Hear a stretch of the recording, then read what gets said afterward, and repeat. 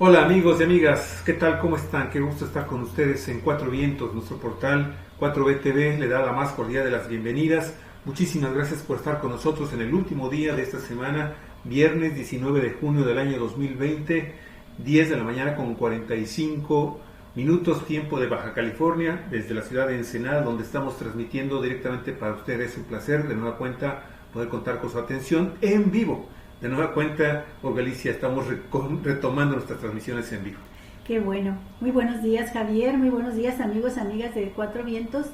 Y me van a perdonar, pero yo cuando escucho 19 de junio, el corazón se me hace así. Me late con mucha fuerza, No es con para mucho tanto, amor. está bien que bebés bonito y toda la cosa. Yo sé que estás medio mal de la El lista, 19 pero... de junio no hay una fecha que tenga que ver así, Javier, sino con ¿por qué? el cumpleaños de mi hija Gaby. Con razón, muchas felicidades, Gaby. Un Sí, abrazote. mi hija Un abrazote mayor, grande. Gaby Betancourt, quien es actriz y quien me ha dado también un nieto maravilloso que es actor. Bueno, pues mi hija está cumpliendo hoy años y le mando un abrazo así Así con es. muchísimo amor hasta la Ciudad de México. Muchas gracias, mi estimada Gaby, por tu cariño, por tu atención. Siempre te tenemos en el corazón. Muchos, pero muchos cumpleaños más. Así es. Bueno, y nuestro programa el día de hoy, bueno, está cargadito de buenas noticias, pero también de asombrosas noticias. Y la primera de ellas es la inesperada muerte de la señora Eli, quien descubrió cómo combatir las epidemias. Así es, Olga, y luego también vamos a tener, Europa está impulsando una fábrica, escuche usted, una fábrica para crear 1 millón de bosones de Higgs, este elemento que es fundamental, amigos y amigas, para que podamos ver las cosas en el universo, para que las podamos tocar. Bueno, se está ya creando 1 millón de bosones en Higgs en Europa. Y la Organización Mundial de la Salud nos dice que el mundo está en una fase peligrosa de desconfinamiento. Sí, se están disparando de nuevo muchos casos de COVID, Javier, porque la gente desesperada sale del confinamiento, del encierro y bueno, provoca un crecimiento de nuevo que se dispare Claro. La pandemia. Y bueno, otra organización mundial, la ONU, está condenando hoy el racismo y la violencia policial sin estar aludiendo directamente a Estados Unidos. Y en mi tierra, en Chihuahua, de nueva cuenta un crimen más contra los indígenas que son líderes de sus comunidades, Javier, en defensa del medio ambiente. Asesinan en Chihuahua a Antonio Montes, líder indígena. También, por otro lado, la Fiscalía abre ya oficialmente una investigación contra Jade Kolpolemsky por presunta corrupción y peculado. Esos son los delitos que ya se le están imputando por parte de la Fiscalía. 3 mujeres con cargos federales renuncian por protestas o diferencias con el gobierno. Por otro lado, fíjese, a ver, señores de Baja California, señores funcionarios, señores diputados, escuchen ustedes bien lo que dijo hoy Andrés Manuel López Obrador. No hay sitio para simuladores sin afinidad con el proyecto. Cómo les ha de haber dado urticaria tantos ahora en la mañana, Se arrugaron, tantos Javier, que conozco. se arrugaron. Yo ordené liberar a Ovidio Guzmán durante el operativo, dijo López Obrador. Qué bueno que haya sido él, porque él es el comandante supremo de las Fuerzas Armadas. Ahora es el Valle de San Quintín, amigos y amigas. En este momento está provocando una gran cantidad de comentarios allá en el Valle de San Quintín, donde están repuntando los casos confirmados y las muertes por la COVID. Policías, militares y Guardia Nacional custodiaron por horas el edificio de seguridad pública aquí en Ensenada, tras una amenaza de la que vamos a platicar con ustedes. Sí, está realmente muy, muy difícil, se está poniendo muy feo la ciudad de Ensenada, la ciudad, Olga, con este tema de las confrontaciones entre, pues ya sabemos, los dos cárteles de la droga que están muy fuertes. Jalisco Nueva Generación, que es el que está entrando, el que quiere entrar, el que está presionando al contrincante mayor, que es el cártel de Sinaloa, el cártel del Pacífico, amigos y amigas. Pues esas son las notas, ¿no? Y vamos a empezar con la inesperada muerte de la señora Eli, quien descubrió cómo combatir las epidemias. Vamos. La nota es de Javier Salas, del periódico El País.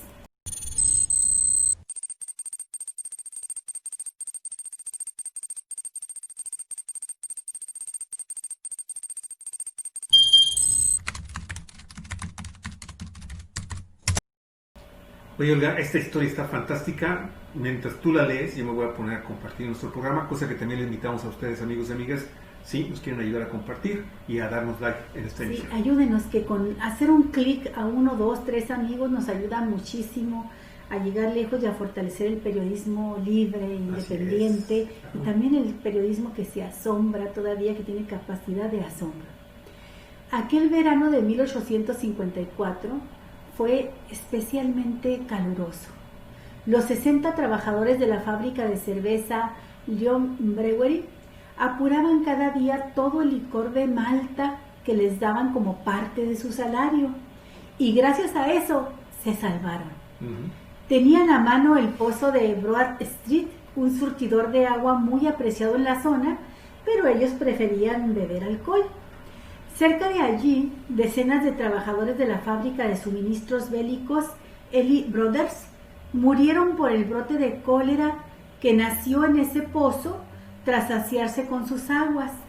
Los hermanos que regenteaban la factoría hacían recoger un par de cubos del pozo cada día para la sed de sus empleados y mandaban una botella a su madre, Susana Hely, quien decidió mudarse lejos de allí a Hampstead tras quedarse viuda.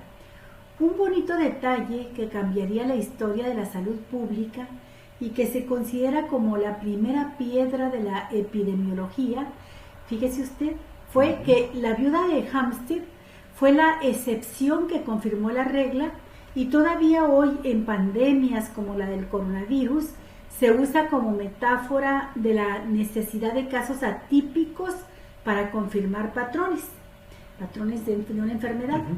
En aquel tiempo no se entendía ni lo más mínimo sobre el funcionamiento de las enfermedades infecciosas. John Snow, un médico brillante de origen modesto, vegetariano y abstemio, llevaba años pergeñando una idea sobre el cólera. Siendo aprendiz, había visto morir en un brote de cólera a numerosos mineros que trabajaban en las peores condiciones, defecando en los mismos túneles en donde trabajaban y ahí comían. Entonces, convencido de que había un factor decisivo en esas condiciones antihigiénicas, pero en aquel entonces triunfaban otras teorías, como la debilidad de carácter de las clases bajas o la teoría miasmática. Había algo en los pestilentes olores de algunas zonas de la ciudad que provocaban la enfermedad. A la mayoría de médicos de la época, la idea de que unos gérmenes microscópicos que jamás podían verlos fueran capaces de propagar enfermedades les habría parecido tan verosímil como la existencia de las hadas. Esto lo explica Steven Johnson en su libro El mapa fantasma, un meticuloso repaso sobre los detalles de aquel brote decisivo. Sobre eso trata este mapa fantasma. Es un estudio de la época que señala que menos del 5% de los médicos creían que la enfermedad fuera de naturaleza contagiosa. Algún día iban a poder combatirla si tenían esa creencia. Fíjate, creyendo que se debía al débil carácter de los trabajadores. De la gente pobre. Se enferman los que son débiles, ¿no?, de carácter. Todo empezó el 28 de agosto. La pequeña bebé de Tomás y de Sarah Lewis, de 6 meses, se despertó muy de madrugada entre vómitos y diarreas. Moriría 5 días después. Pero en aquellos primeros días de padecimientos, Sara, la madre, aprovechaba los pocos momentos en que la niña se dormía para bajar al sótano de la casa y tirar el agua sucia de lavar los pañales al pozo negro situado en la parte delantera. El fondo de la fosa, cubierta con ladrillos que se deshacían como polvorones, estaba apenas a 80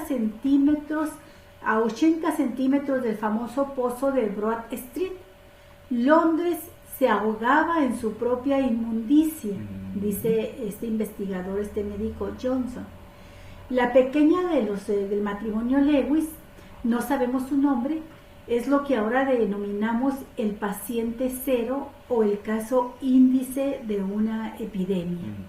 Las aguas pantanosas llenas de heces fecales que se encontraron en el pozo y la fosa fueron el caldo de cultivo de un brote que provocó casi 700 muertes en apenas 2 semanas. En cuanto empezó el brote, se levantaron barricadas para aislar a los residentes de esa zona del zoo londinense, hoy tan de moda, y de sus aires hediondos. Snow, que trabajaba como médico muy cerca de allí, comenzó a patear aquellas calles convencido de que conseguiría pruebas para su teoría. Gracias a los datos de fallecimientos, fue capaz de ubicar los casos en torno a aquel pozo. El mapa que elaboró, que se considera pionero para los epidemiólogos, que consiste en un periodismo de datos e infógrafos, periodistas de datos que también se hacen estudiosos de este mapa, y también los infógrafos que son seguidores de esta primera teoría del mapa de este médico estudioso, mostraba que las muertes se agolpaban junto a Broad Street. La historia de Snow y el mapa son muy conocidas, aunque lo cierto es que no fue tan sencillo descubrir en qué consistía la epidemia, la infección y aquel paciente cero o paciente índice del inicio de una pandemia. El médico necesitaba muchas más pruebas. En 1849 había tenido el coraje de hacer pública la idea de que el cólera se contraía bebiendo, aunque la habían desdeñado sin esfuerzo. Y bueno, Olga Alicia, pero la revista London Medical Gazette, al criticar su teoría, le había dado una pista fixa nada más. El experimentum crucis sería que el agua suministrada a una localidad lejana, donde no se haya registrado ningún caso de cólera, produjera la enfermedad a todo aquel que consumiera esta agua, dejando entonces ilesos a todos, aunque no lo hicieran. Entonces, eso era lo que buscaba Snow precisamente, un experimento crucial, un caso atípico que convenciera entonces a la comunidad científica. Quien beba de esa agua, pensó Snow, que está contaminada, pues se va a enfermar. Las pruebas de Snow, irrefutables a los ojos de la ciudadanía del siglo XXI, eran casi impensables a mediados del siglo XIX. Por tanto, se usaban sus datos para reforzar la teoría matemática, la teoría miasmática, en un ejemplo maravilloso de lo que los psicólogos llaman sesgo de la confirmación, que es usar la información que sirve para reforzar una idea previa. Y entonces cuando los masmiáticos conocieron el caso de la viuda de Hampstead, que solo estaba ligada a brotes a través del agua de pozo, llegaron a una conclusión sorprendente. El gas pestilente debía ser tan potente y concentrado en Broad Street que hasta había contaminado el agua. Pero la teoría de las miasmas, esas emanaciones fétidas, tenían los días contados. Gracias al trabajo metódico y sobre el terreno de Snow, pero también a la muerte de una mujer, Susanna Healy, aficionada al agua de un pozo. A esa botellita de agua que le mandaban allá donde se había ido a vivir porque a ella le gustaba esa agua. Y bueno, en un acto de amor, de cariño, le mandaban su botellita de agua del pozo que a ella le gustaba.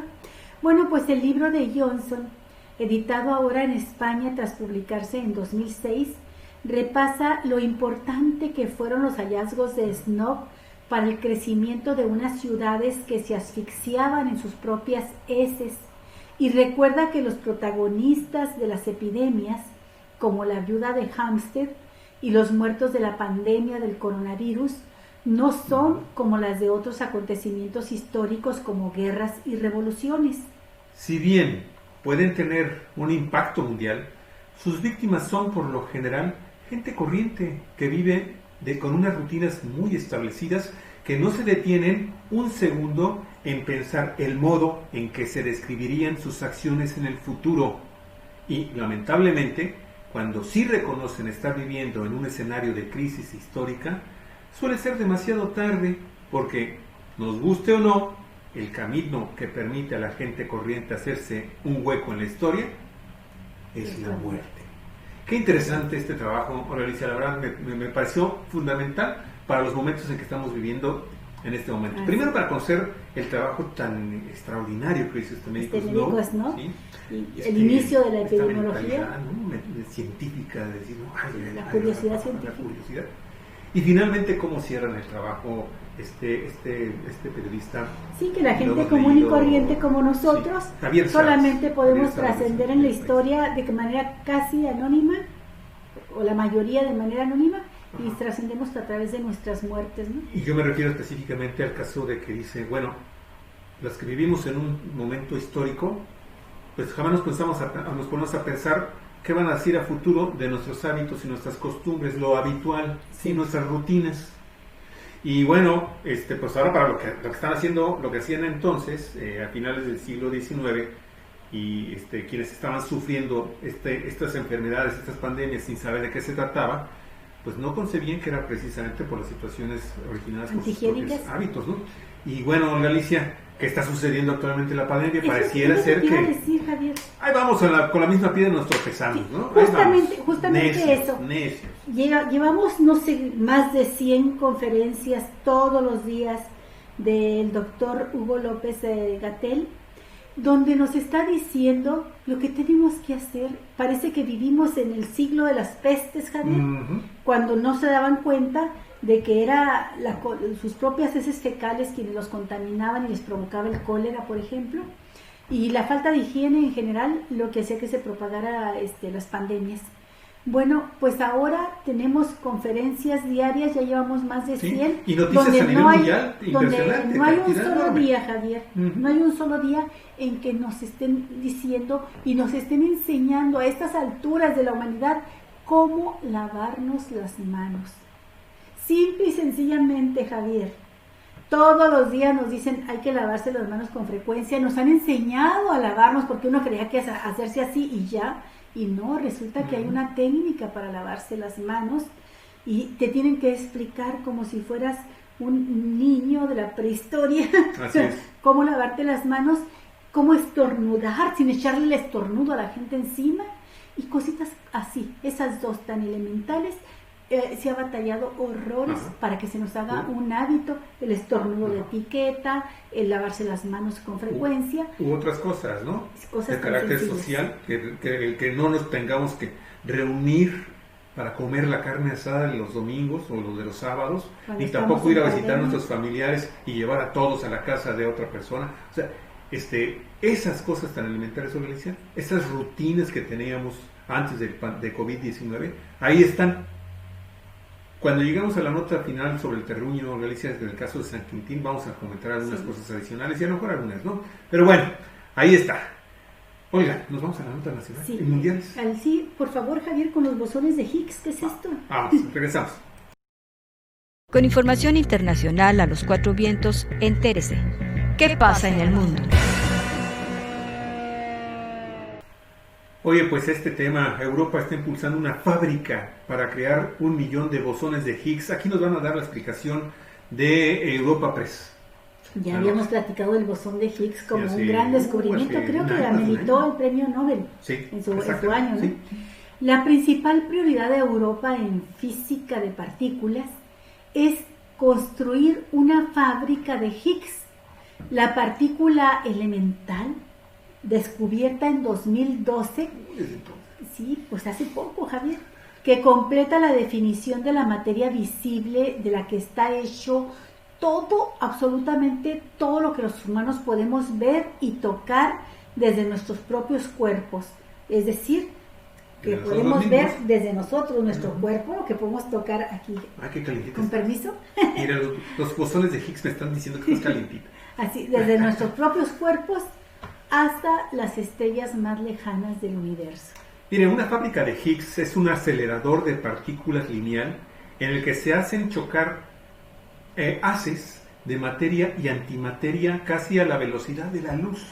El proyecto que impulsa Europa utilizará electrones y su reverso de antimateria, que son los positrones, que al colisionar producirán otras partículas elementales.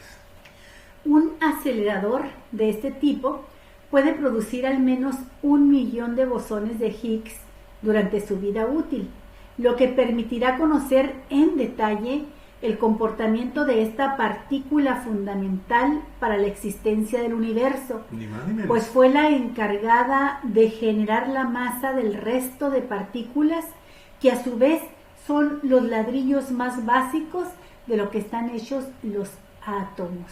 Oye, Olga, y cuando es se el llega a ese tamaño. conocimiento, Sí. cuando se devele ese conocimiento dentro de cuando menos 7 años, que le vamos a dar la nota completa, entonces muchas teorías de la creación, desde el punto de vista religioso, se nos van a ir abajo. Bueno, para algunos, hace muchos que ya, pero hay otros que todavía lo ven con escepticismo y hay otros que tienen una fe ciega, ¿no? Y hay otros que adaptan el descubrimiento científico a la historia, como la cuenta la Biblia, la religión, y te dicen, bueno, es que no tienes que tomarlo literalmente.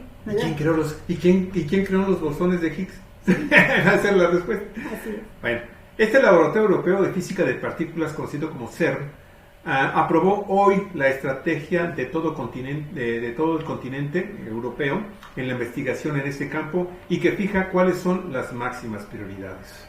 Varios centenares de físicos han participado en la elaboración de este documento, que se elabora aproximadamente cada 7 años y que sienta las bases del futuro de la exploración en física de partículas para las próximas décadas. ¿Sabes qué, Alicia? Cuando estaba leyendo esta nota, a mí me llenó de esperanza en momentos cruciales de la pandemia, ¿no? En que estamos pensando, bueno, ¿qué hacemos? ¿Qué vamos a hacer? Oye, el futuro. De repente te dan este tipo de notas de que hay un grupo de los mejores seres humanos, hombres y mujeres, que toman la decisión de decir, bueno, ¿sabes qué? Pues sí, pero vamos a seguir buscando. O sea, tú decías, esa curiosidad. Innata al ser humano. Esa persistencia positiva, ¿sí? Ese empeñamiento de decir, oye, tengo que buscar el origen de las cosas. Eso siempre es sorprendente en Sapiens, y eso es lo que finalmente nos hace llegar de momento a pensar esperanzadoramente de que todavía podemos tener futuro en este planeta. Y bueno, cuando se descubrió esta partícula de Higgs fue muy, muy interesante, porque se presentó la noticia, recuerdo muy bien, como la llave para la comprensión de la existencia del universo, desde la materia más pequeña hasta las materias estelares, ¿no? Los planetas, los sistemas planetarios, la nada que se dice existe en el universo, esta materia que todavía no podemos ver, que llamamos los hoyos negros. Pero lo interesante, Javier, es cómo avanza el conocimiento. Hace no mucho tiempo pues se pensaba en las moléculas, luego se pensó en las células, los átomos, y ahora sabemos que se va más todavía a lo pequeñísimo hasta llegar a una partícula pues que es nano de nanopartículas, lo más diminuto que puede haber, que se ha detectado hasta ahorita, y que es este bosón de Higgs. Sí. Bueno, amigos, de este excelente rayo de luz, esperanza, de reencuentro con la humanidad, quiero comenzar a leer ya de nueva cuenta, regresar a los temas tradicionales, por ejemplo en este caso de la pandemia, ¿no? Las agencias AFP y Reuters traen esta nota. El mundo entró en una fase peligrosa, entrecomillado, fase peligrosa, a medida que reabren los países que establecieron medidas de confinamiento o restricciones para frenar la propagación del nuevo coronavirus, advirtió hoy viernes la Organización Mundial de la Salud. El mundo entró en esta fase nueva y peligrosa.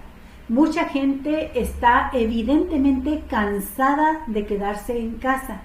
Los países están deseosos de reabrir su sociedad y su economía, declaró el jefe de la Organización Mundial de la Salud, Tedros Adhanom Ghebreyesus, en una conferencia de prensa virtual. Mire, la pandemia se está acelerando y los 150,000 nuevos casos de ayer jueves son el mayor número en un solo día, y casi la mitad de ellos se reportaron en América, advirtió la Organización Mundial de Salud.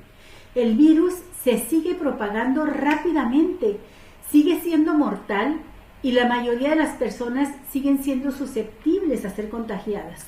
Más de 8.53 millones de personas han sido reportadas como infectadas por el nuevo coronavirus en el mundo y 453.834 han muerto según un recuento que se hizo el día de hoy por parte de la Organización Mundial de la Salud. Y bueno, en México muy pronto estamos próximos a cumplir ya la cantidad de 20,000 muertos, Javier. Si en febrero pasado te hubieran dicho que para estas fechas de junio íbamos a tener 20,000 muertos, nos habríamos ido de espaldas pensando que esto era horrorosísimo. Poco a poco nos hemos ido acostumbrando al horror y ya casi se hace un recuento de cifras como algo cotidiano. Sin embargo, sí hay que subrayar este hecho, Javier. Están reabriendo la nueva normalidad, le llaman, reabriendo áreas de trabajo, pues porque la economía lo exige, porque los gobiernos y los patrones presionan para que así se haga, pero no quiere decir que estemos en condiciones de salir de confinamiento. No es eso, es la necesidad económica la que lo está abriendo. Mira tú cómo en México, por ejemplo, las autoridades de salud hasta hace una semana tenían todo el mapa de la República en rojo y de pronto pues obligados por las presiones de los gobiernos de los estados, Javier, se hace un cambio en la metodología para medir el color. Usted sabe, hay 4 colores, el que quiere decir que ya puede estar más respirable la atmósfera, menos contagiable, pues es el color verde. Pero el rojo quiere decir que estamos en un peligro extremo. Hace una semana estábamos todos en rojo, se reúnen los gobernadores con las autoridades de salud y las autoridades federales y en un acuerdo cambian colores y resulta que establecen otros mecanismos de medición y ya más de la mitad de la República aparece en color naranja, que es todavía de riesgo, pero no de altísimo riesgo como el color rojo. ¿Por qué? Porque el color naranja permite abrir más áreas a la economía.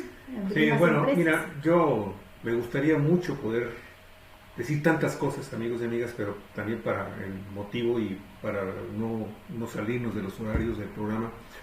Nada más quiero comentar una cosa, Alicia. La verdad es que también si hemos aprendido algo, o que debemos de haber aprendido algo en este confinamiento, muchos de nosotros hemos estado ya reenfocando muchos de las metas, de nuestras formas de vida, de los objetivos, incluso hasta la misma forma de sustentarnos, Alicia.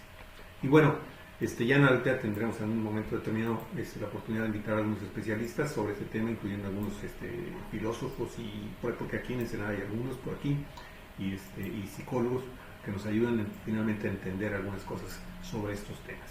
Oye, pero también hay otro virus terrible que está pegándole durísimo a la humanidad, y esta es la ultraviolencia y el racismo. Y las violencias policiales son objeto, junto con el racismo, de una condena hoy por parte de Naciones Unidas, ¿sí? Aunque Naciones Unidas es débil cuando no dice claramente condena la violencia y el racismo policial en Estados Unidos. Pero bueno, ahí va. La agencia AF, el Consejo de Derechos Humanos de la ONU adoptó hoy viernes por unanimidad y tras un debate histórico una resolución que condena el racismo sistemático y la violencia policial, pero sin citar específicamente a la Unión Americana.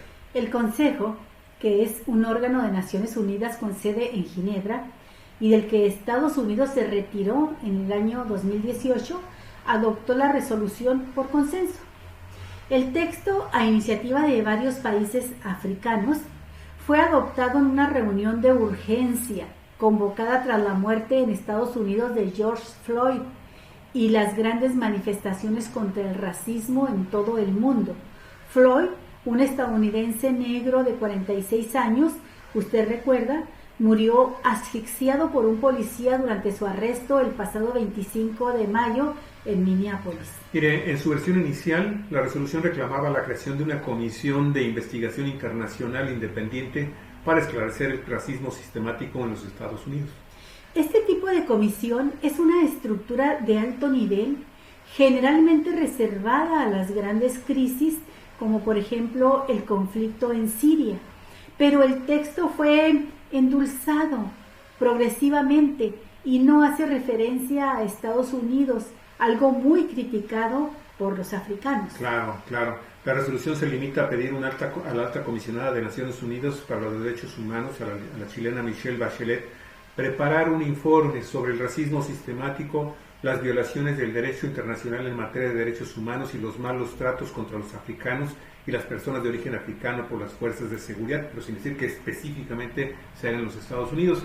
Mira, Galicia, racismo y violencia y brutalidad policíaca existen en todas las naciones del mundo. Quizás existen por ahí algunas excepciones. Yo me imagino que en las naciones de todo lo que viene siendo Oceanía y todo lo que vienen siendo las islas de la Polinesia, pues no deben de tener tantos problemas como existen fundamentalmente en todo el resto del mundo. Pero en este momento en que se genera estos dos gravísimos conflictos de una manera brutal, espectacular, mediáticamente en los Estados Unidos, y no se haga un señalamiento concreto, ¿sí?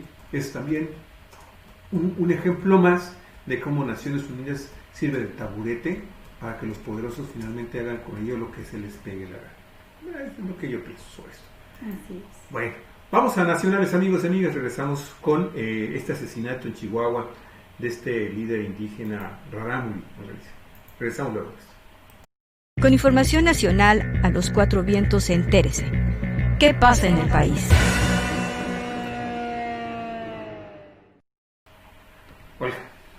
Bueno, esta nota es de nuestro compañero Rubén Villalpando, que es corresponsal de la jornada en Ciudad Juárez, y de José Estrada.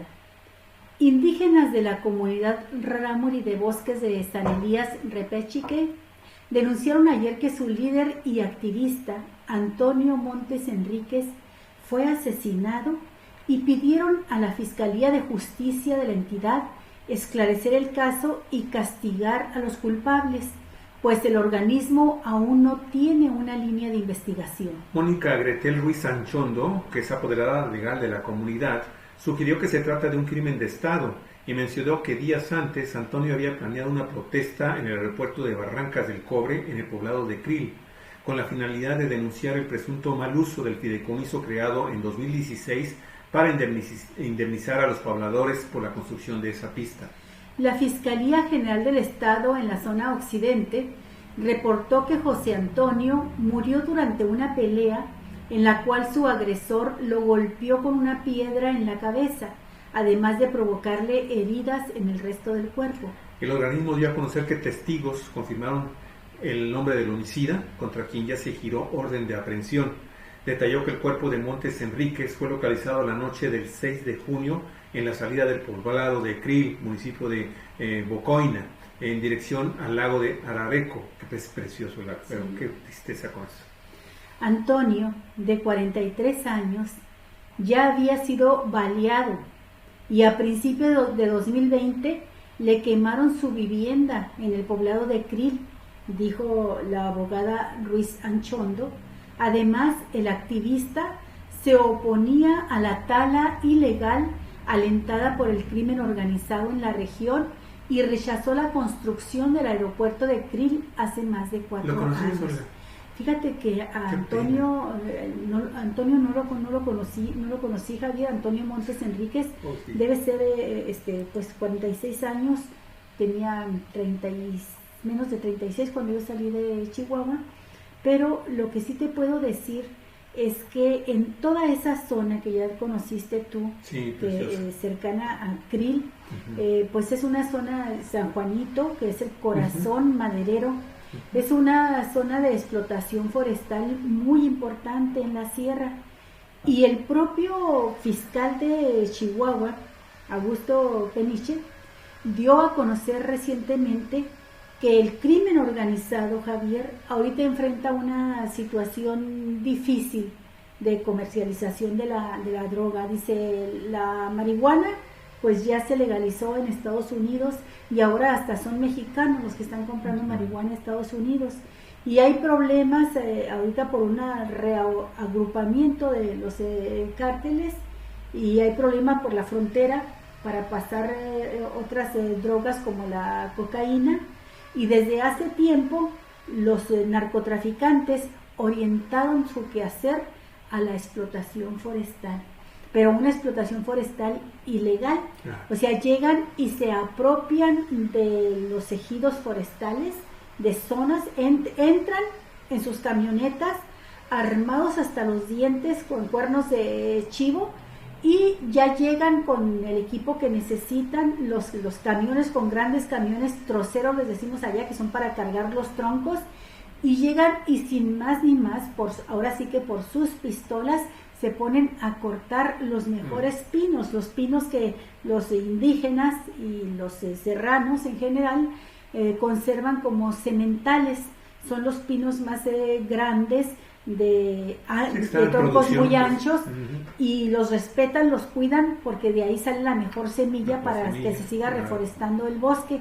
Bueno, estos están llegando a cortar parejo los pinos que sean, y ya se han dado casos de dueños de parcelas que van y le reclaman a los que están cortando los pinos y les dicen: ¿tienes alguna objeción? ¿Te opones en algo? Apuntándoles con los cuernos de chivo, con las metralletas. Y yo me pregunto si el fiscal conoce de esto, porque se lo declaró así a una periodista de Proceso. ¿Por qué es que no los han detenido? ¿Por qué crees que será, Galicia? ¿Por qué crees? Bueno, yo pienso que este caso del asesinato de Antonio Montes Enríquez, como lo deja ver aquí esta nota de La Jornada, está vinculado, sí, a la protesta por el aeropuerto, pero seguramente también está vinculado a la defensa del bosque. Y hoy la defensa del bosque significa enfrentar no a caciques, gandallas, que han estado explotando sin ton ni son los bosques de los pinos de la Sierra de Tarahumara, la Sierra Madre de Chihuahua, sino también a narcotraficantes que ya se metieron a este negocio. Así es.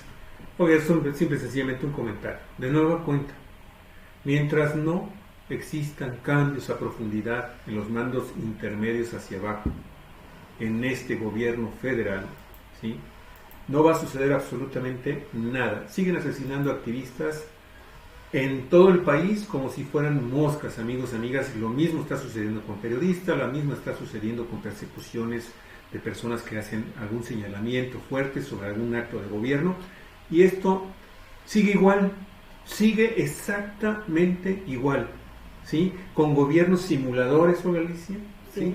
Que se hacen tontos, porque podría decir otra palabra más fuerte, pero no la digo, por respeto a ustedes, amigos y amigas, pero la verdad es que urge que este país, ¿sí?, y que esta administración federal empiece, pero durísimo, a reflexionar en lo que dijo Andrés Manuel López Obrador, una nota que más adelantito le vamos a decir, y que tiene que ver con la gente que está en el gobierno y sus responsabilidades y su función dentro de la administración pública.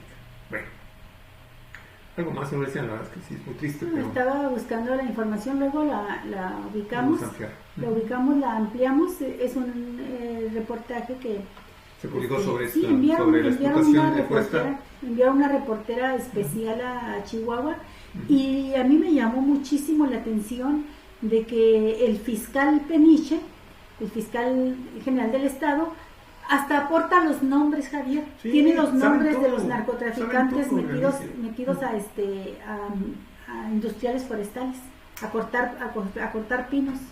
En Michoacán, donde también hay una tala ilegal impresionante de los bosques. ¿Qué hicieron las autodefensas?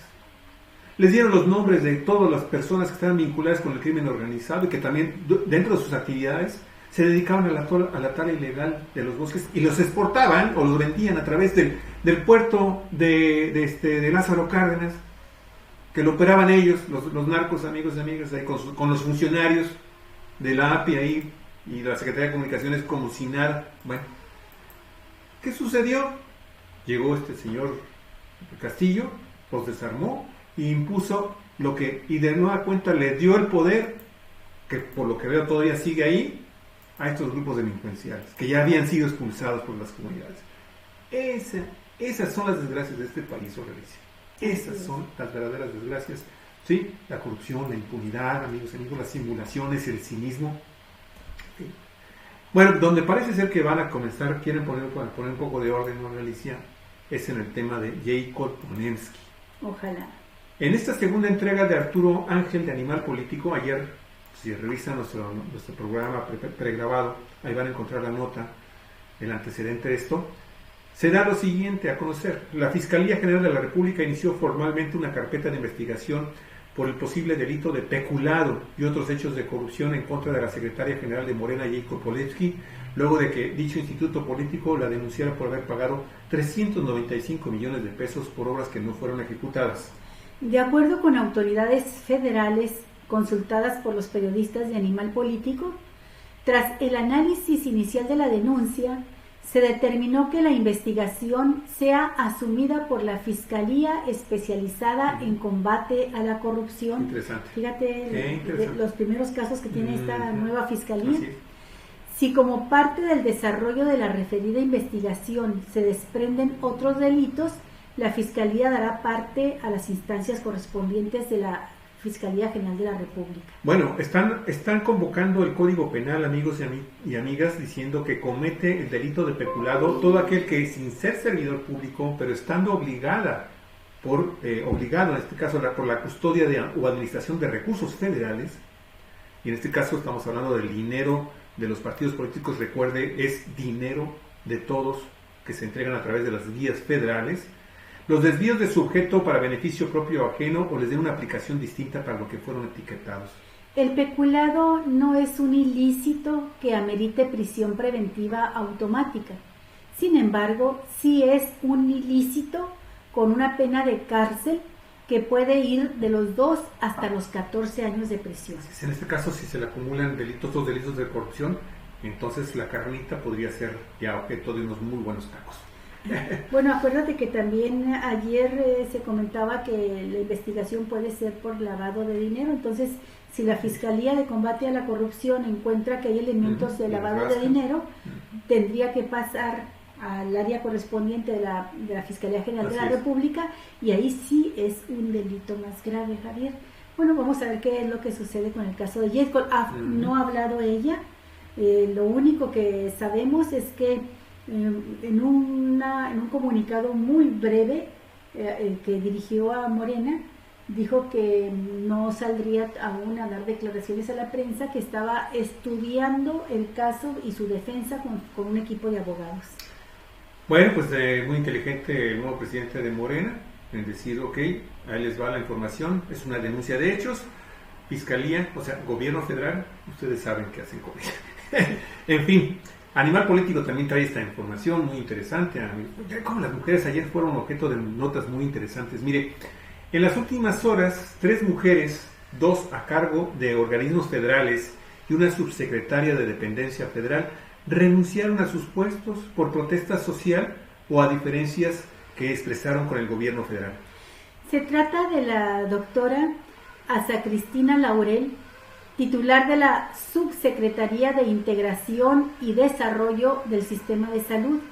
También Mara Gómez Pérez, titular de la Comisión Ejecutiva de Atención a Víctimas, y de Mónica Macice, presidenta del Consejo Nacional para Prevenir la Discriminación, CONAPRED. Así es. Laurel presentó su renuncia ayer y argumentó que el secretario de Salud, Jorge Alcocer, pretende desmontar la subsecretaría a su cargo, situación que consideró como una amenaza para el futuro. En su columna, ella escribe para el periódico La Jornada, en su columna publicada ayer 18 de junio, Asa Cristina Laurel señaló que las inversiones hechas durante la contingencia han sido necesarias para salvar vidas a corto plazo, pero no han fortalecido el funcionamiento normal del sistema público ni las obligaciones legales del privado hacia la población pobre. Por otro lado, Mónica Macice presentó hoy su renuncia como titular de CONAPRED luego de que la Secretaría de Gobernación lo solicitara tras las declaraciones del presidente Andrés Manuel López Obrador sugiriendo desaparecer su organismo. En un comunicado, el CONAPRED señaló que Macice presentó su renuncia de forma personal y voluntaria al priorizar que el CONAPRED no solo debe existir, sino reforzarse. Mire, en la conferencia de prensa matutina de hoy, el presidente López Obrador dijo que aceptaría la renuncia de Macice y, sin dar nombres todavía, adelantó que propondrá a una mujer representante de los pueblos indígenas para ocupar ese cargo. Muy bien. En lo que corresponde a Mara Gómez Pérez, presentó su renuncia esta mañana a la Comisión de Atención a Víctimas tras 6 meses de estar en el cargo y a 2 semanas de protesta por parte de familiares de personas desaparecidas que exigen su destitución. La renuncia de la titular de esta comisión ejecutiva también se da luego de que a inicios de junio la misma comisión reclamará por el recorte, por el recorte presupuestal ordenado por el presidente López Obrador. El organismo advirtió que como consecuencia del recorte, casi el 60% del personal perdería su trabajo, además de que se quedarían sin recursos para pagar la renta de la sede central y los servicios básicos de sus instalaciones en todo el país. Tampoco existirá sitio para atender a más de 7.200 víctimas que se reciben mensualmente, ni para tramitar los apoyos de otras 5.000. Pese a las protestas, días después el presidente sostuvo el recorte, pero aseguró que las víctimas no se quedarían sin atención. ¿Te acuerdas que vimos esa Sí, vimos las notas, también? todas las notas las hemos dado, Galicia, Sí, todas las notas las hemos comentado aquí. Que tuvo su secretario de Gobernación, Alejandro Encinas, Sí, con el secretario de Hacienda, donde ambos salieron a decir que no se recortaría ni un centavo en la atención a las víctimas en los programas que se están aplicando. Así es. Y que los recortes iban al área administrativa. Ajá. Y que en efecto pues esos recortes se están dando en todo el gobierno federal, lo que son las áreas administrativas, los salarios altos de los altos funcionarios y otros gastos están en una austeridad al mayor grado posible para canalizar recursos a la atención del problema de la pandemia. Y bueno, quisiera ya nada más profundizar un poquito más, pero me gustaría mucho leer esta nota porque de alguna forma está directamente vinculada con el caso de estas 3 mujeres, pero también, ¿no, Galicia? Con otras cosas que ya me la como, Galicia, sí, para hacer comentarios. Sí, nada más un comentario sobre, yo personalmente lamento mucho que tenga que salir hasta Cristina Laurel. Esta doctora fue la encargada de la Secretaría de Salud en el gobierno de López Obrador en la Ciudad de México. Me tocó conocerla, me tocó entrevistarla y pude constatar que conoce, pero así como la palma de su mano, todo el sistema de salud, Javier, y fue ella una de las voces más fuertes y más calificadas en oponerse a aquellas reformas en el seguro social, en el sistema de pensiones, y que se hizo primero en el ISSSTE, como recordarás, que recortaron las pensiones del ISSSTE y del seguro social, y ella desde entonces se ha dedicado a estudiar a detalle las deficiencias que existen en el sistema de salud y las propuestas de cómo mejorarlo. Entonces su subsecretaría que ella encabezaba de Integración y Desarrollo del Sistema de Salud, pues es una secretaría estratégica, me parece a mí, para darle cuerpo, ¿verdad? Cimientos, base a todo lo que es el Instituto Nacional de Salud y Bienestar, el INSABI. Bueno, periódico La Jornada.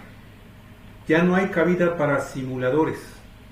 Lo más honesto es que no se ocupe un cargo en el gobierno si no se tiene afinidad con el proyecto de transformación, aseguró el presidente Andrés Manuel López Obrador esta mañana en su conferencia matutina, al advertir que vendrán más renuncias como las que trascendieron ayer y hoy en el caso de estas 3 mujeres.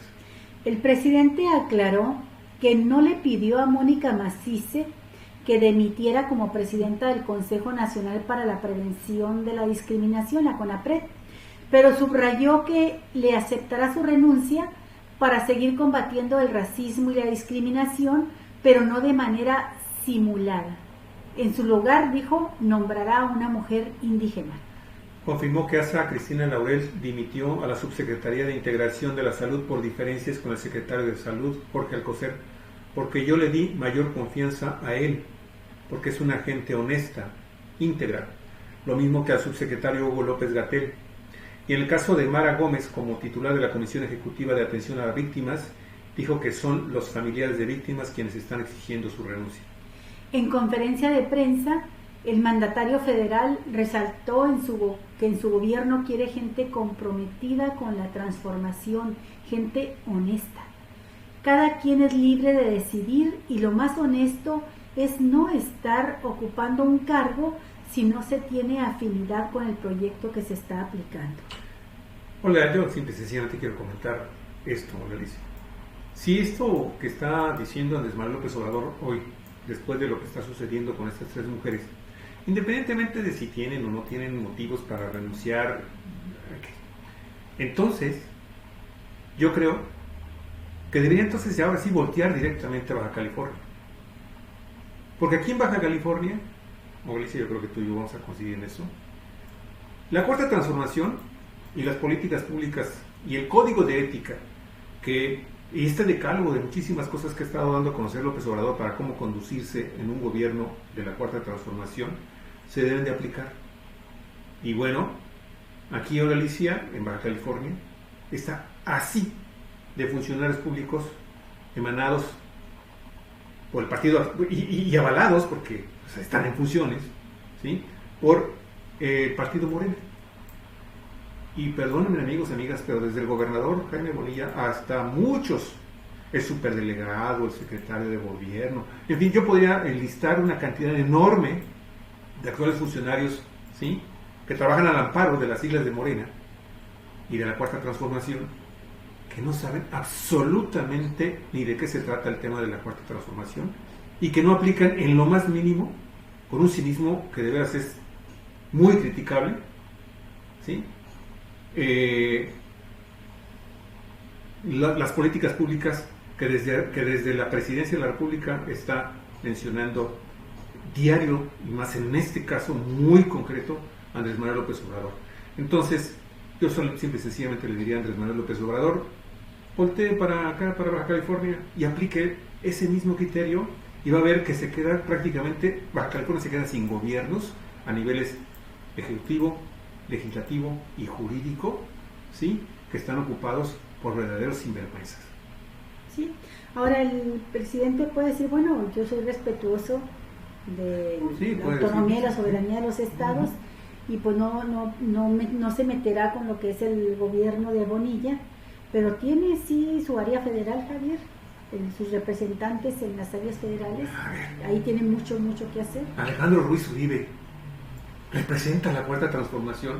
Él cree que sí. Aplica los principios básicos, fundamentales de Morena en el gobierno. ¿Qué dices, Alejandro Ruiz? Por favor. En fin, quería nada más comentar eso. Y otra declaración que también... no hay lugar para simuladores. A ver, vamos a ver qué sucede con eso. Así es. Y esto también que declaró Andrés Manuel López Obrador también es un golpazo a la avispero, Galicia. Sí. Yo ordené liberar a Ovidio Guzmán durante el operativo, dijo López Obrador. Sí, lo publica el Universal, vamos a ver qué es el sesgo que le da, pero lo cierto es que pues le correspondía a él, es el comandante supremo de las Fuerzas Armadas.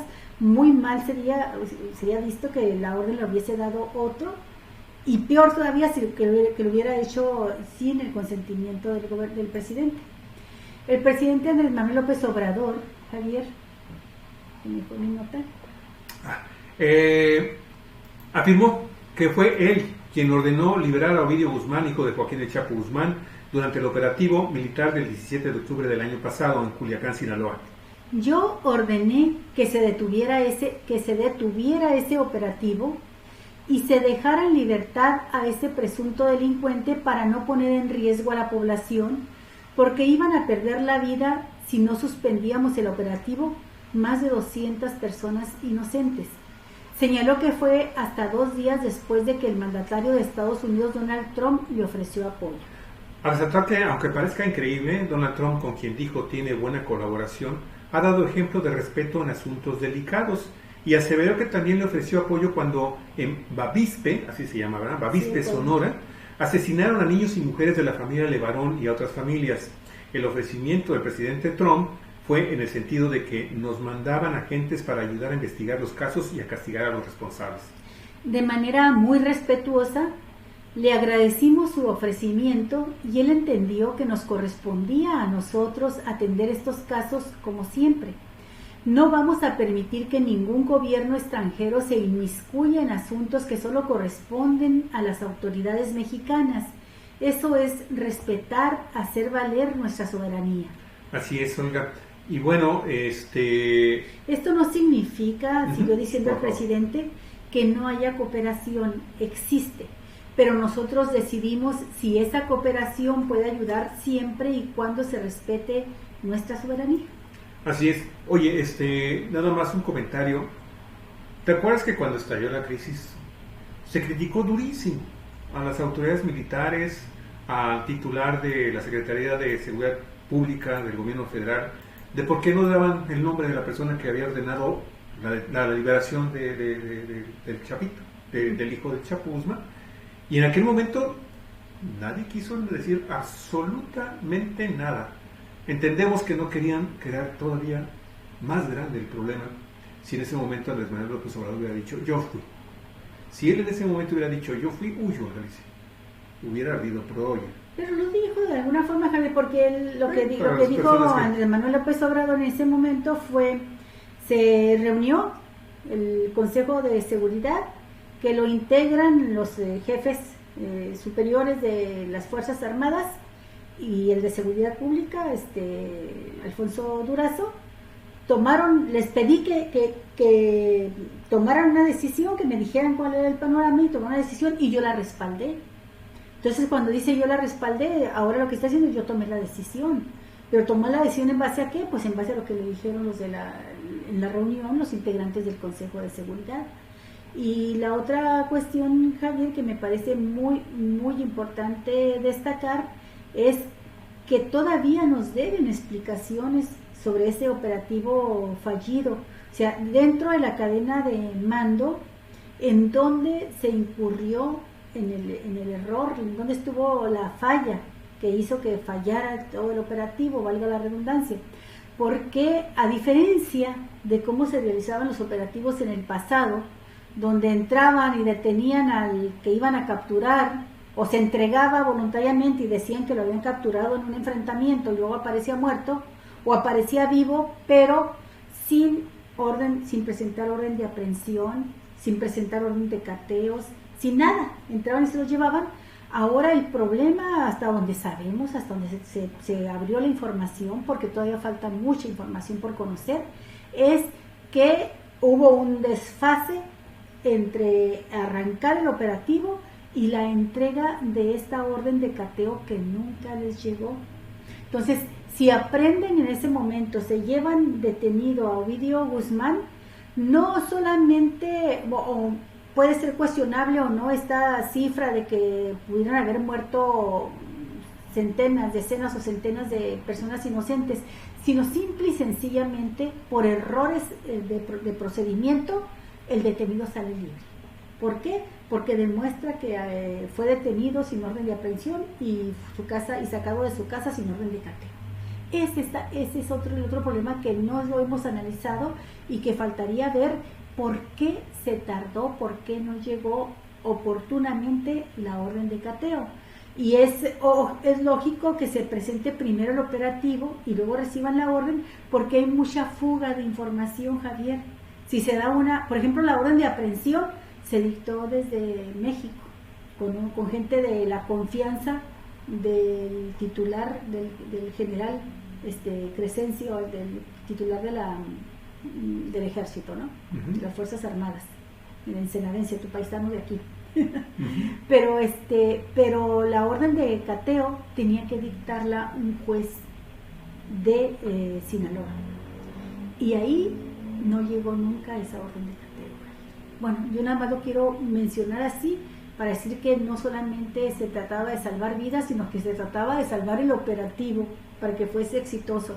Y aunque no hubiesen cobrado ninguna vida inocente, Ovidio Guzmán podría haber salido tranquilamente y la cara de baqueta que ponía el gobierno federal iba a ser igual, quizá, que la que tuvo que poner al liberarlo. Bueno, amigos, vamos a las notas del terruño para terminar ya nuestro programa. Con noticias locales y regionales a los cuatro vientos, entérese. ¿Qué pasa en el terruño? Bueno, amigos, desde ayer por la tarde-noche se comenzó a dar la información en el gobierno municipal de lo que está pasando en el Valle de San Quintín, en donde, de acuerdo con información de la Secretaría Estatal de Salud, hay un repunte. Mire, en los últimos 6 días, 2 personas fallecieron y 38 más dieron positivo a COVID-19 en el Valle Agrícola del Valle de San Quintín. Esto lo dijo el presidente municipal de Ensenada, Armando Ayala Robles, y dijo que también la estadística es de que acumulados en lo que va de la pandemia en la región, hasta el día de ayer, son 101 contagios positivos y 6 defunciones, ¿sí? Lo cual representa un aumento del 37.6% en casos positivos y 33.3% en muertes tan solo del sábado 13 al jueves 18 de junio. Y esto es así porque hasta el viernes 12 la estadística del año era de 63 contagios y 4 defunciones en todo el valle, donde la presencia de comunidades indígenas residentes y temporales es muy elevada y en mayoría entre los poco más de 100,000 habitantes de la región. Así es. Ya además de la información, pues es sobre lo que hemos estado platicando ya reiteradamente, de que la gente se sale, que no respeta las políticas del confinamiento, y nada más porque sabemos que en el portal de Facebook hay varios grupos importantes que le dan seguimiento a la información que le estamos proporcionando en Cuatro Vientos, sea por esta vía de nuestro programa de noticias o también de nuestras publicaciones escritas. Y yo, Alicia, ahorita, porque tiene una cantidad muy importante ya de comentarios en una de estas páginas, estoy viendo con una enorme tristeza que la inmensa cantidad de los comentarios de gente que reside en San Quintino, Galicia, es de que es puro pedo. La inmensa mayoría creen que no los mencionan así, que no es cierto, que no existe el coronavirus, así, que no es, que le están haciendo de cardíaca, que es información que no está corroborada, que es falsa, en fin. Y eso, por eso yo comentaba hace rato, ¿no? Nuestros hábitos, con la nota número 1. Sí. Nuestros hábitos, nuestras costumbres, nos llevan precisamente a que las situaciones de emergencias como estas sanitarias, amigos y amigas, y lo mismo sucede con el sarampión, y lo mismo sucede con infinidad de enfermedades que son letales, amigos y amigas, la gente simple y sencillamente dice, no me la creo, y usted sabe que incluso en Chiapas, comunidades indígenas que no creen en la existencia de este problema, han quemado hasta hospitales. Sí, incluso, Javier, hay personas también que todavía no creen en las vacunas. O peor todavía, que creen que las vacunas forman parte de un plan maquiavélico que diseñado para dañar la salud de las personas más pobres, y deciden no vacunarse y no vacunar a sus hijos, ¿no? Así es, sí. Entonces, bueno, pues son problemas que tenemos todavía en nuestro país, que se requiere de muchísimo trabajo de información y sobre todo de la construcción de la confianza. Es muy difícil de lograr, ¿no? Así es. Pero bueno, mientras usted siga sin creer, créame que el problema es que si está arriesgando, arriesga a su familia y nos arriesga a todos. A todos. Oiga, y también esto que sucedió ayer en Ensenada, le decía, híjole, ¿a qué grados de descontrol de la seguridad pública se está llegando ya en este momento a Ensenada? Una llamada telefónica amenazante en contra de agentes de investigación derivó en un operativo para custodiar, para proteger el edificio de la Dirección de Seguridad Pública Municipal de Ensenada, donde alrededor de 30 unidades de policía, el Ejército y la Guardia Nacional, ¿sí?, cerraron el paso durante varias horas en la calle Novena y Espinosa, donde está el edificio de Seguridad Pública. La amenaza se registró a las 14 horas con 26 minutos de ayer jueves, y de inmediato se generó una fuerte movilización policíaca en la zona. De acuerdo a los primeros datos, se trató de una llamada telefónica al centro de, pues a lo que se conoce como el C4, el Centro de Control, Cómputo y Comando, donde advertían sobre la liberación de un sujeto. Ahí le va, amigos y amigas, vamos a leer textualmente la amenaza que se escuchó por la línea telefónica en C4, contiene el lenguaje pues bastante fuerte. A ver, hijos de su pinche madre, ahorita me sueltan a los una, o se los va a cargar la pinche verga. Ya sabemos que lo detuvieron por la muerte del agente Avendaño. Me lo sueltan ahorita mismo, o me voy con la gente del mercenario a partirles su madre. A sacarlo ahorita. No se pasen de vergas, putos. Están bien metidos, culeros, hijos de su puta madre. y colgaron. Esa fue la información de la Policía Municipal, en la que indica que no hay personas detenidas hasta el momento por el homicidio del agente de la Fiscalía General del Estado, Manuel Avendaño Rojas, quien estaba asignado al área de Barandillas y fue asesinado el pasado 22 de mayo afuera del domicilio de un familiar en la calle 13, entre Riverol y Miramar. Así que, amigos, esta situación, de nueva cuenta, lo comentamos, suma una agresión más, porque no es un solo policial que han asesinado en esta administración y en este año en particular, son 2 ya, ¿sí? Y que de alguna forma, si lo sumamos con la cantidad de ejecuciones y actos violentos que se han presentado a lo largo y ancho del municipio de Ensenada, ¿sí? Pero aquí en la ciudad está gravísimo un tema, ¿sí? Nos viene a demostrar que los sicarios, los operadores, todos los miembros de los cárteles de las drogas, fundamentalmente estamos hablando del cártel de Sinaloa o cártel del Pacífico, como se llama ahora también, y sus aliados, y el cártel Jalisco Nueva Generación y sus aliados en Baja California, amigos y amigas, están a la orden del día haciendo y deshaciendo, y no hay quien se meta a ese tema porque saben de por medio que muchos no le entran porque están coludidos y otros porque tienen prudencia y dicen: no, si yo sé que mis mandos están involucrados, ¿a qué me meto? Así es. ¿A qué me meto? Así está el asunto, amigos y amigas, en el tema del narcotráfico acá en Ensenada. ¿Algo más, Alicia? Nada más, Javier. Las notas, todas las que hemos comentado, pues daban para más comentarios todavía, pero no la acabamos. Vamos a ver qué es lo que trasciende de estas 13 renuncias. Si trascienden más casos, retomamos el tema el próximo lunes. Se nos quedó pendiente comentar el caso, sobre todo de la titular, la directora de CONAPRED, que pues se vinculó mucho a una oleada de rumores y de chismes, dimes y diretes por la invitación que había hecho esta funcionaria a un youtuber, a un influencer, como se dicen ahora, a Chumel Torres, que en su espacio donde él hace sus comentarios, pues está lleno de comentarios misóginos, discriminatorios, y nadie se explica por qué lo invitó la titular a un foro donde se iba a hablar precisamente de pues, los problemas de discriminación, y coincide también esta invitación con que pues por esos días se le ocurrió a ese señor Chumel hacer comentarios discriminatorios contra el hijo menor de López Obrador y bueno de su esposa, ¿no? Y la esposa, como ya lo ha hecho en otras ocasiones, pues salió a dar la cara y a decirle: no se vale meterse con los niños. Y pues es que este Chumel hizo referencia al color de la piel morenito del hijo de López Obrador, y por ahí le puso un apodo y empezó a burlarse del niño. Y dicen que la renuncia fue un despido, pero pues no fue la mujer la que renunció. Lo que sí es que todo este episodio nos sirvió para darnos cuenta. Nosotros no nos metemos casi a esos espacios de los youtubers, pero nos dio oportunidad de indagar, y en efecto es una persona, este señor Torres, Chumel Torres, que siempre está haciendo chistes a costillas de la gente pobre, y siempre está externando comentarios misóginos, y yo creo que a eso se refería López Obrador cuando dice que se vayan las personas que no coinciden con este proyecto, ¿no? O sea, y menos todavía, esta ya es una apreciación personal, que está en una comisión tan delicada como la de la discriminación, ¿no? Entonces, sí. Atención, de combate a la discriminación.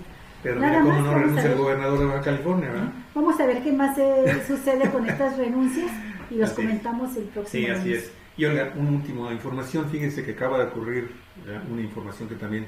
Yo tenía un buen rato, Galicia, que no escuchaba que un camión de valores, de esos camiones privados, fueron asaltados. Amigos y amigas, hoy en la mañana 3 custodios murieron cuando un grupo armado de 8 personas los detuvieron en la carretera de Guadalajara a Meca, en el tramo Zapopan-Talá.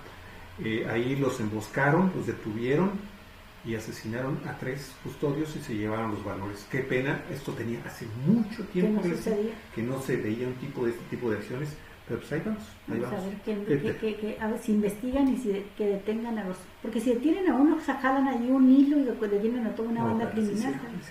Bueno, amigos, muchísimas gracias por estar con nosotros el día de hoy. Si les gustó el programa, por favor, les pedimos que lo compartan. Por favor. ¿Sí? Y no dejamos entonces ya también de mencionar a las personas que estuvieron con nosotros. Rápidamente, estamos hablando de Pedro Dávila Hernández, Horacio Ignacio Estrada, Jorge Luis Fuentes, Daniel Arellano, Dani, Juana de la Cruz Montoya, Aida Murillo. Aida, ¿qué tal? Lidia González, Juan Antonio, muchísimas gracias. Michelle Lares, muchísimas gracias también por compartir, Michelle. Te queremos agradecer muchísimo que nos estés apoyando con eso. Juan Antonio, también muchísimas gracias. Clara Valencia, Horacio Ignacio Estrada, y también Aida Murillo, por el problema de la basura que hay en las colonias, un foco de infección, nos están recordando. Olga, te mandan un abrazo. Muchísimas gracias a todos ustedes, amigos. Muchísimas gracias, cuídense mucho y hasta el día próximo lunes. Tenga excelente fin de semana. Disfrute el fin de semana. 4 Cuídese. Cuídese mucho. Acuérdese que el maldito virus ahí está esperando la oportunidad. Así cuídese. Es. Y como sabe que la vida es breve, sí. No hay que hacerla tan breve tampoco. Así es. No hay que darle chance. Buen fin de semana y diviértese mucho. Hasta luego.